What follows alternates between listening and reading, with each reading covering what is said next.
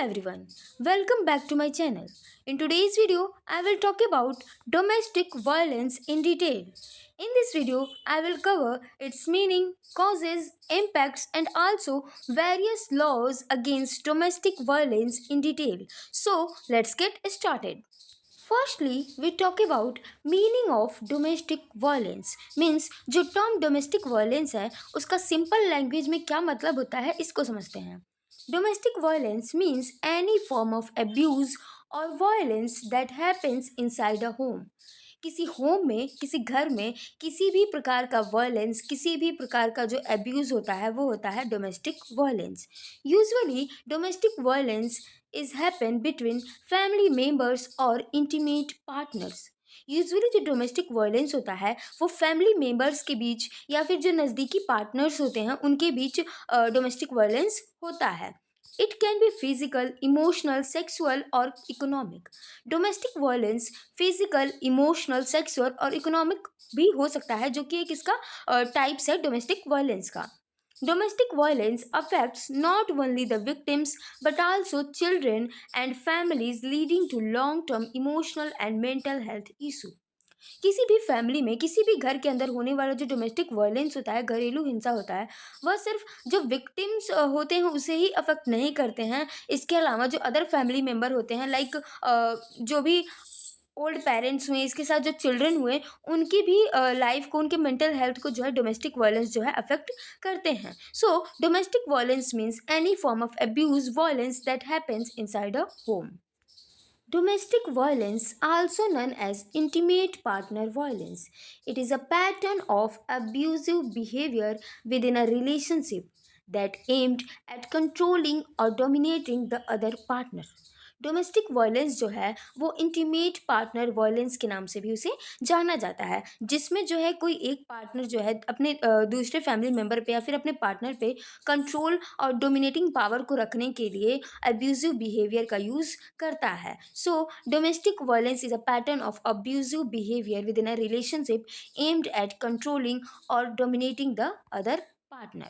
Now let's talk about types of domestic violence means घरेलू हिंसा के कितने प्रकार होते हैं इसको समझते हैं. तो जो विक्टिम होता है उस पर पड़ने वाले अफेक्ट के अकॉर्डिंग जो है उसको बिहाव बना के उसको बेसिस बना के जो डोमेस्टिक वायलेंस है उसको अनेक प्रकार में बांटा गया है उसके अनेक प्रकार किए गए हैं. तो पहला है physical abuse. It involves physical harm such as hitting, slapping, kicking और other form of assault. जिस डोमेस्टिक वायलेंस में जो विक्टिम होता है उसे किसी न किसी प्रकार का फिजिकल हार्म पहुंचता है तो वो जो टाइप है वो है physical abuse of domestic violence. अगला है emotional abuse. It involves verbal attacks such as insult, threats, isolation और controlling behavior. जिस डोमेस्टिक वायलेंस में जो विक्टिम होता है उसको वर्बल अटैक के थ्रू जो है इंसल्ट किया जाता है डराया जाता है उसे आइसोलेट रखा जाता है. इसके अलावा जो उसके बिहेवियर हैं उसको कंट्रोल किया जाता है उसको इमोशनली जो है थ्रेट किया जाता है. तो वो जो डोमेस्टिक वायलेंस होता है वो होता है emotional abuse of domestic violence. अगला है इकोनॉमिक अब्यूज़.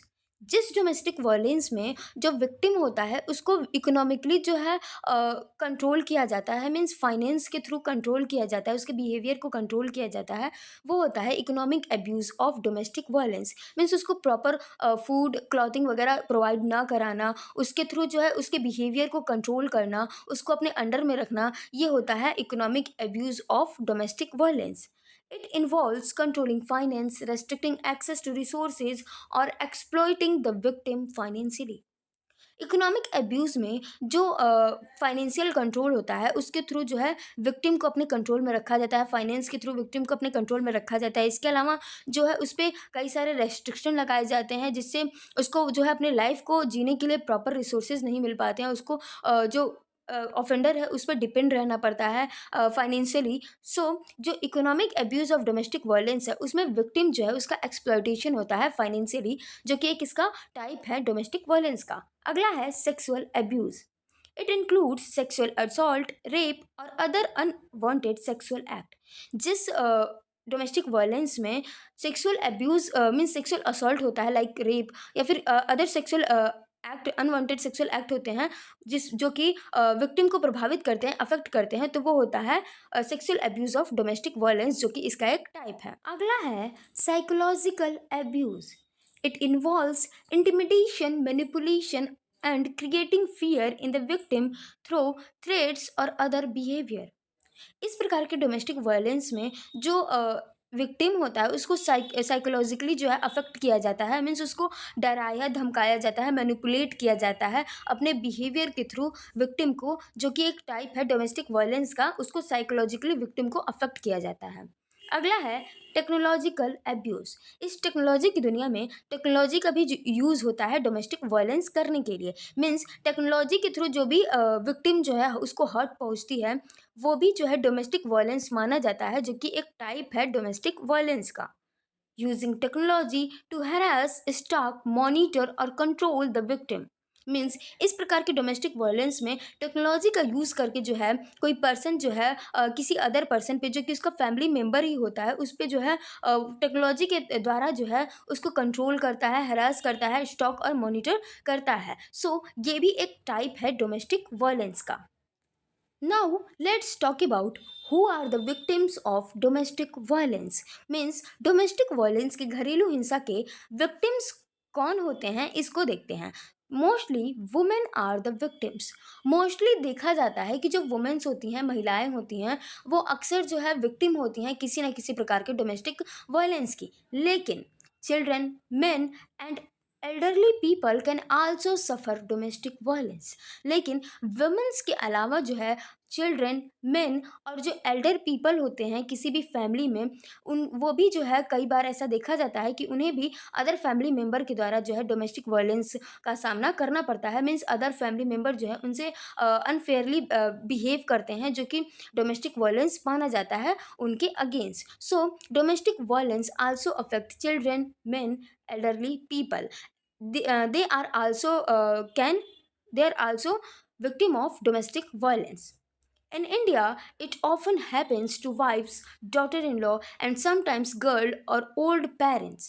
भारत में ऐसा देखा जाता है कि जो वाइफ्स होती हैं, जो पत्नियां होती हैं, इसके अलावा जो बहुएं होती हैं, डॉटर इन लॉ, या यहाँ तक कि जो लड़कियां होती हैं और जो ओल्ड पेरेंट्स होते हैं, उन्हें जो है ज़्यादातर जो है डोमेस्टिक वायलेंस का सामना करना पड़ता है अपनी लाइफ में। सो डोमेस्टिक वायलेंस के विक्टिम जो हैं वो वुमेन के साथ साथ ओल्ड पेरेंट्स, चिल्ड्रन, मेन, ये सब भी हो सकते हैं। कोई भी ऐसा पर्सन जिसके अगेंस्ट जो है, जिसको कंट्रोल में रखने के लिए कोई अदर पर्सन, उसी फैमिली का कोई अदर पर्सन जो है वायलेंस करता है उसके अगेंस्ट, तो वो होता है डोमेस्टिक वायलेंस। और जिस पर्सन के अगेंस्ट वो वायलेंस होता है वो होता है victim of domestic violence.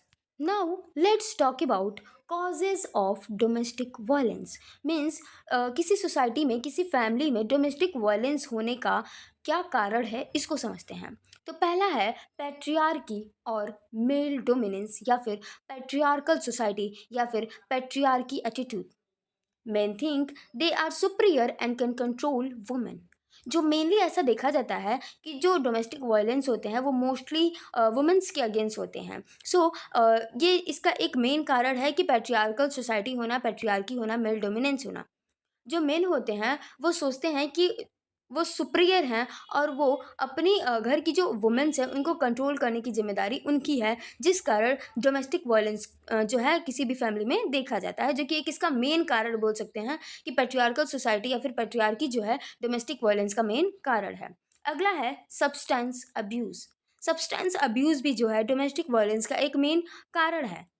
Alcohol, drug use can impair judgment and increase aggression, contributing to violence। जो अल्कोहल और ड्रग अब्यूज़ हैं वो जजमेंट को, मीन्स जो डिसाइड करने की जो शक्ति होती है उसको इम्पेयर कर देते हैं। मीन्स अल्कोहल का यूज़ करने के बाद जो है कोई पर्सन जो होता है अपने निर्णय को सही तरीके से नहीं ले पाता है, वो एग्रेटिव हो जाता है और वो वायलेंस कर देता है अपने फैमिली मेम्बर्स के अगेंस्ट। ऐसा अक्सर देखा जाता है कि जो इंडियन सोसाइटी है वहाँ पे जो मेन होते हैं वो अल्कोहल को ले करके, मीन्स अल्कोहल का यूज़ करके आ करके वो अपने घर की जो अदर मेंबर्स हैं उनके प्रति वायलेंस करते हैं, जो कि एक डोमेस्टिक वायलेंस का ही रूप है। So substance abuse is also a cause, या फिर बोल सकते हैं most important cause of domestic violence.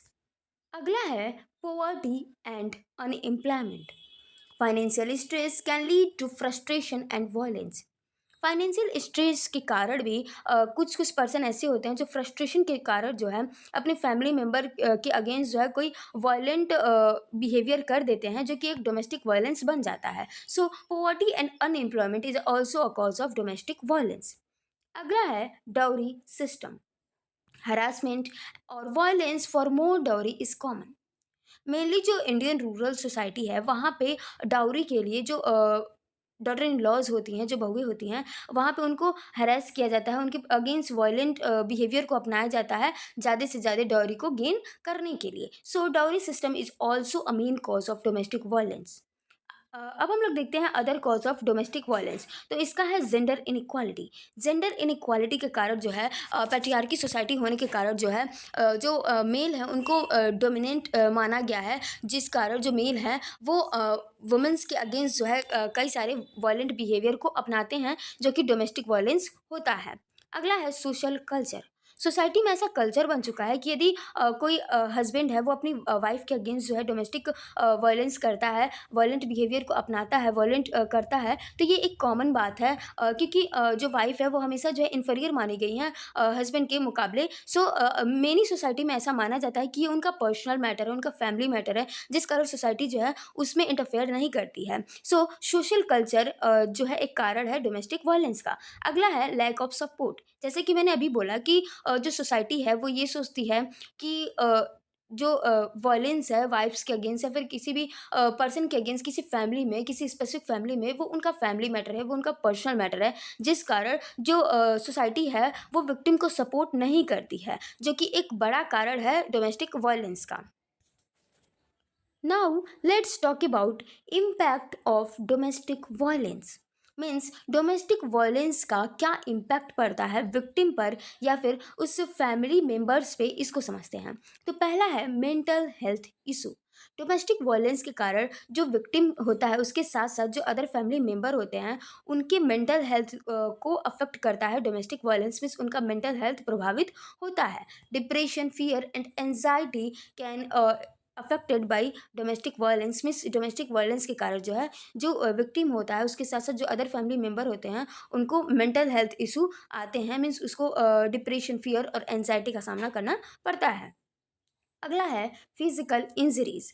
Mainly जो physical abuse of domestic violence है उसमें देखा जाता है कि जो विक्टिम होता है उसको अनेक प्रकार के फिजिकल इंजरीज हो जाती है डोमेस्टिक वायलेंस के कारण।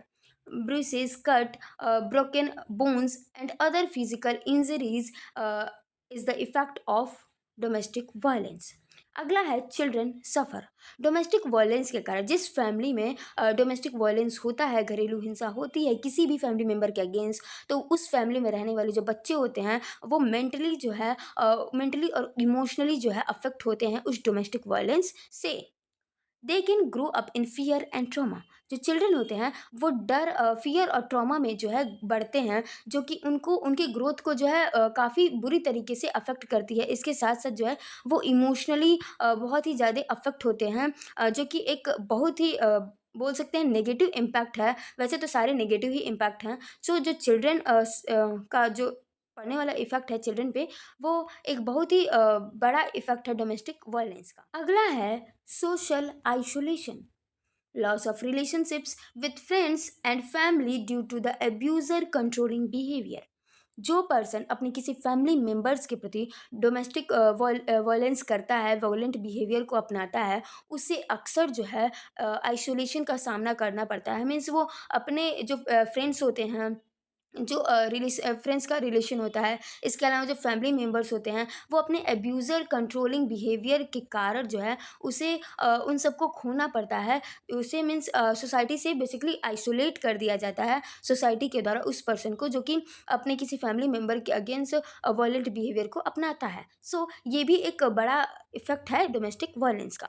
Now let's talk about laws against domestic violence in India.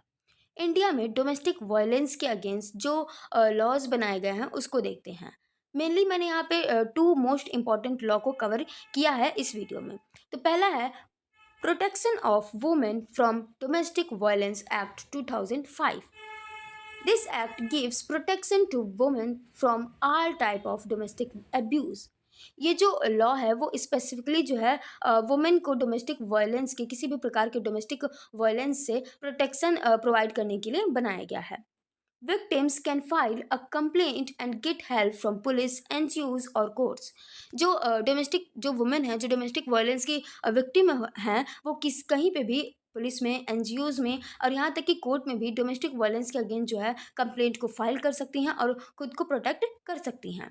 It provides right to life in shared household, monetary relief, custody of children and protection order.